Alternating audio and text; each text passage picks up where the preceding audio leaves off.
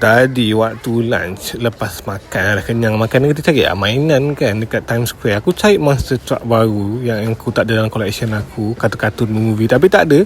Dan aku kodek lah Hot Wheels yang ada kat sini. Aku perasan dia banyak real car. Kau tahu ni ada Porsche, which is sangat nice. Aku dah berhenti collect real car, aku chill je. Dia ada Nissan Skyline JDM, which is sangat nice juga, vintage punya style. Kita juga ada Mazda. Weh, aku macam tak sangka pula. Aku rasa dia baru restock kat kedai ni kot. Ni ada Audi. Jarang aku nampak kedai ada real car bersepah-sepah kan. Ada Ford, colour pink comel je. Dan juga ada beberapa kereta lain macam Maserati. Macam ni orang tak cari sangat kot, JDM yang orang selalu cari kan. Ni ada Corvette. So aku macam kagum juga. Yang ni tak style. Kita ada Mazda RX-3 vintage, tapi yang nak buat lagi cool, selain ada Mazda RX-3 tu, aku jumpa satu lagi Mazda RX-3 tapi yang versi comel. Mana? Dekat atas ni. Nampak ni?